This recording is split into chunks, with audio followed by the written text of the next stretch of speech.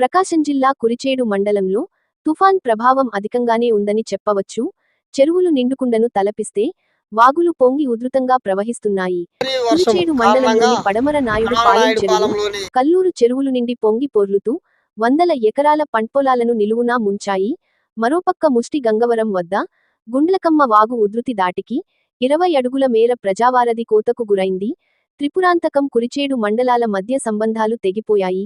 వెంగాయిపాలెం చప్టా నిండుగా ప్రవహించడంతో ప్రకాశం గుంటూరు జిల్లాల ప్రజల రవాణాకు ఆటంకం ఏర్పడింది. ఇంకోపక్క గొల్లపాలెం వాగు, నమశివాయపురం అగ్రహారం వెళ్లే రహదారిలోని విద్యుత్ సబ్ స్టేషన్ వద్ద ఉన్న చప్టా పొంగి ప్రవహిస్తుండటంతో 4 గ్రామాలకు రాకపోకలు అంతరాయం ఏర్పడింది. దేకనకొండ చెరువు పొంగి ప్రవహిస్తుంది. మండలంలోని చెరువులన్నీ నిండి పొంగి ప్రవహిస్తున్నాయి. పంటలు దెబ్బతిన్నాయి. నష్టం అంచనా వేయడానికి అధికారులకు కొంత సమయం పట్టే అవకాశం ఉంది.